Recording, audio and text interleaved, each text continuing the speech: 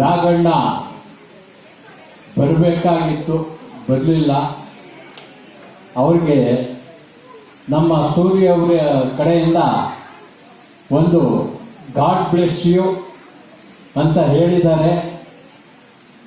ಇದನ್ನ ಕೇಳಿಸ್ಕೊಂಡು ಅವ್ರು ಖುಷಿ ಪಡಲಿ. ಎಲ್ಲರಿಗೂ ನಮಸ್ಕಾರ.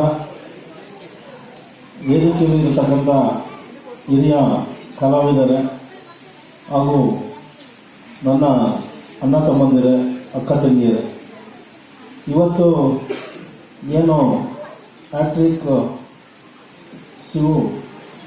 ಸೂರ್ಯ ಅವರು ನಮಗೆ ರಘುವೀರ್ ಅವರ ಒಂದು ಕಾರ್ಯಕ್ರಮನ ಮಾಡಬೇಕು, ದಯವಿಟ್ಟು ನೀವು ಬನ್ನಿ ಅಂತ ಕರೆದ್ರು.